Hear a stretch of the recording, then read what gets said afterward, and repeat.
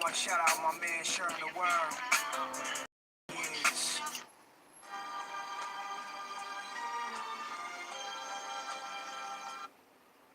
They did not have the power.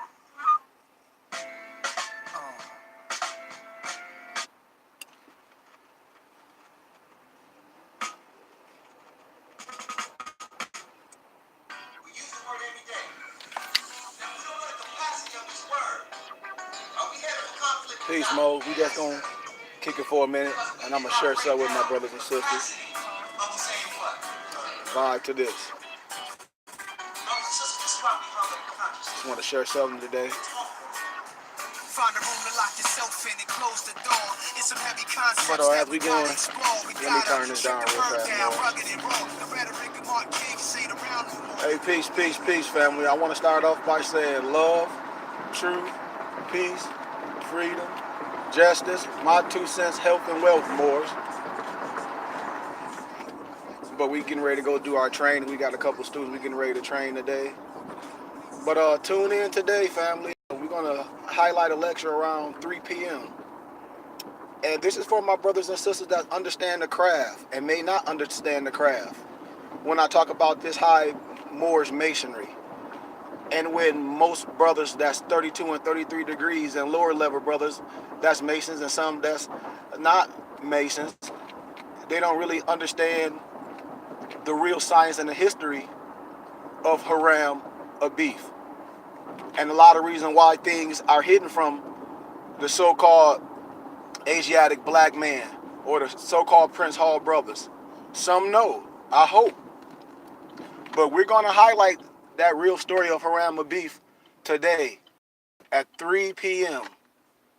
I did this on the college campus at Grand Canyon University last year, and I'm going to highlight it again. And I challenge my brothers and sisters to study. I'm going to give you books and reference to research it. When I tell brothers and sisters, don't let someone just tell you something and you're not going to research it. I don't care if it's more science. I don't care if it's anything that you believe in. If you're not going to be a student of that and be willing to challenge what someone's telling you and research. And that's all I tell brothers and sisters. I'm just a philosopher. I'm a student. I'm an adept, and I study, and I have access to a lot of old literature, of first century writings, historically, biblically, all those corners, man. So we don't come from a place of anger or mad like a dog. We come from scholarship, and we come from science, from a place that can be proven. And that's what we're going to do today. We're going to do it around, I say, 3 p.m. Pacific time. And I challenge my brothers and sisters to get your pens, get your papers, and research everything that I'm saying. You don't have to believe nothing that I say. And this goes for all my brothers and sisters that, don't you know, man, when people talk about signs and symbols and the craft, and when they talk about the United States of America, this is the place that you want to be in, because if you studied the craft in other parts of the country or the continent, whatever you call it, you would be killed. Don't you know men of the real craft back in the so-called medieval times and the European history to write it down? Brothers and sisters that knew the craft, that's how you were able to demand higher wages and things. And so I'm going to reveal what a lot of stuff we might just take for granted because we so caught up in the mystic aspect of certain things. And I'm going to take the mystic and the magic away from it and show you what some might not show you or reveal or may not know or do know, and hide it away from you. And that's why when I speak on words have duality, when we talk about arbitrary concealment, your own brother and sister can arbitrarily conceal something from you. When they know the truth and they have you stand on something that they know is false. So we're going to reveal some things, man. When I say brothers and sisters, everybody is born a Mason, man.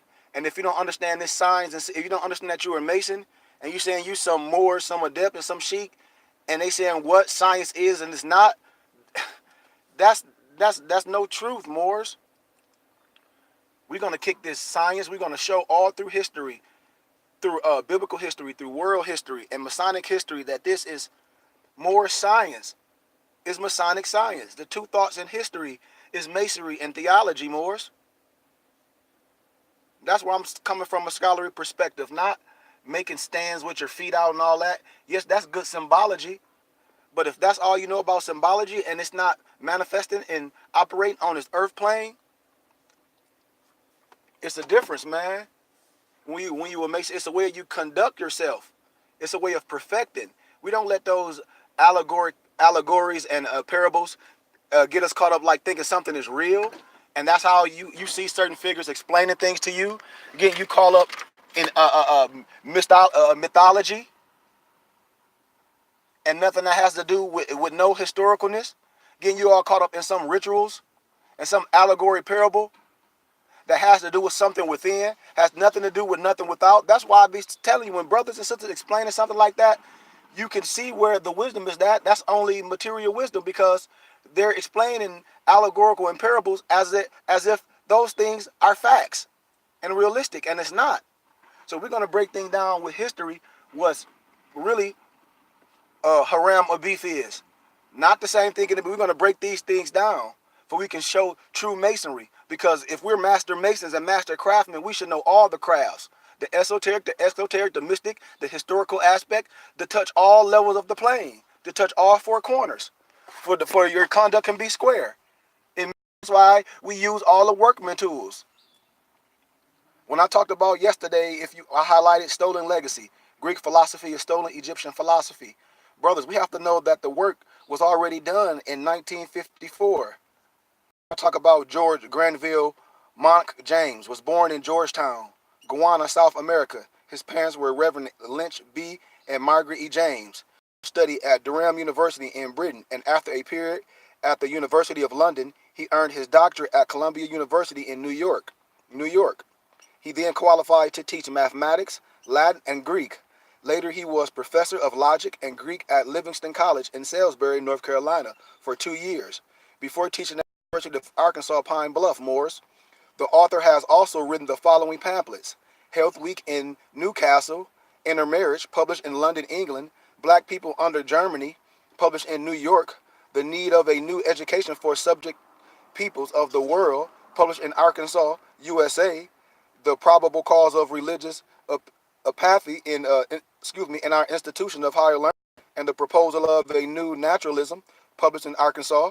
And a second, he has also authored the following articles titled The Church and the New Mentality, Religion and Inductive and Progressive Science, The Anti-Classical Wave, The First Steps in Negro Reconstruction, Know Thyself, a series of 12 articles published in the New York Age at the Zion Quarterly.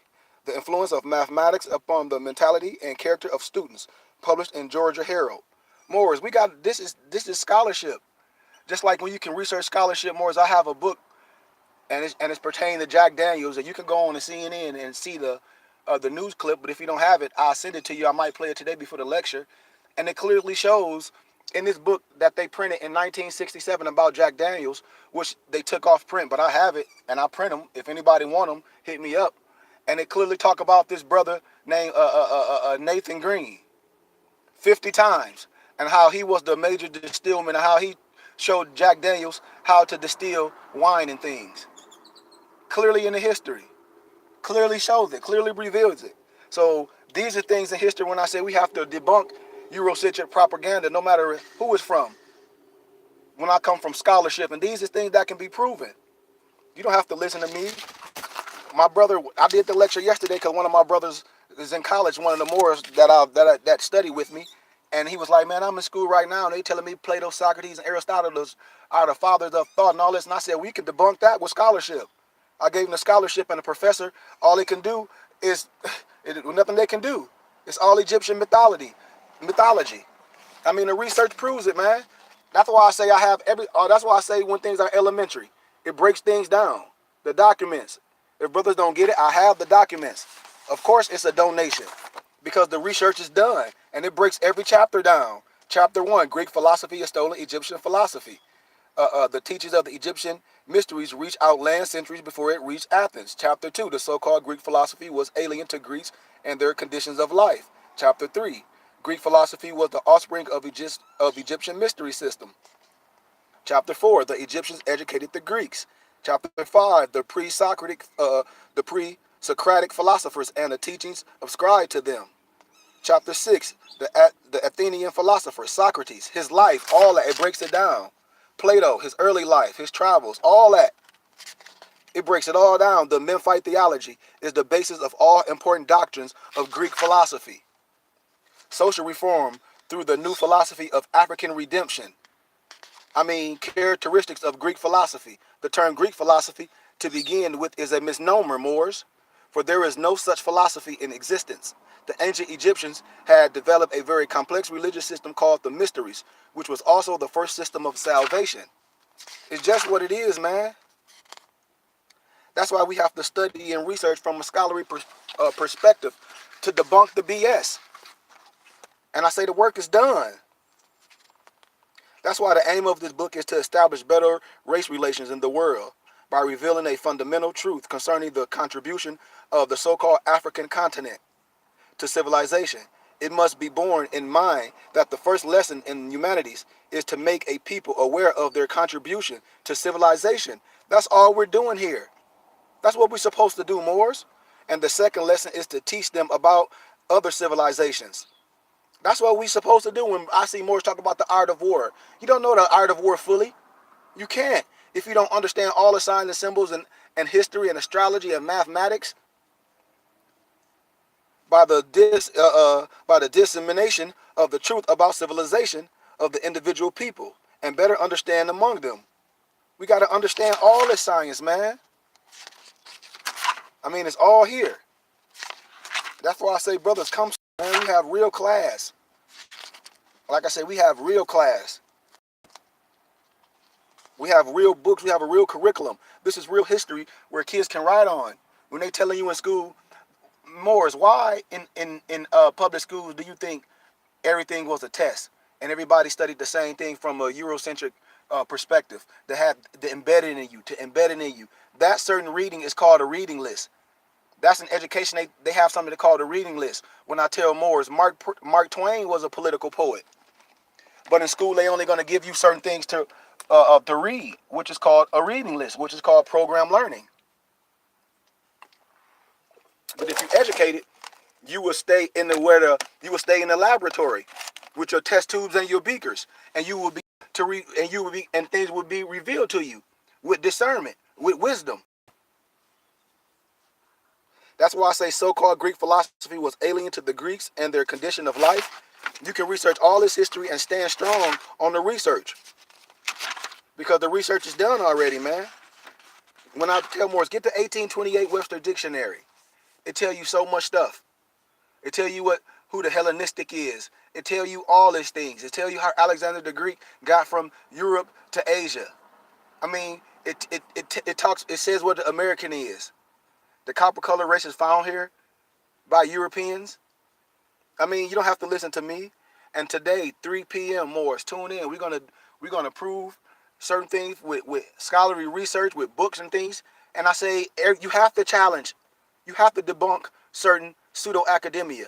If they give you things to read, like, okay, study this and research this, but you have nothing to compare to. Well, I'm gonna give you something to compare to, where you can research yourself, and you can compare, because that's what we're supposed to do, is do the research. So today, I say 3 p.m. We're gonna go over that history of that haram of beef, and we're gonna reveal things from our perspective, from an Asiatic perspective, and debunk the Eurocentric Masonic perspective. And that's what we're supposed to do, man. The only oath that Moors is supposed to take is standing on love, truth, peace, freedom, justice, health, and wealth.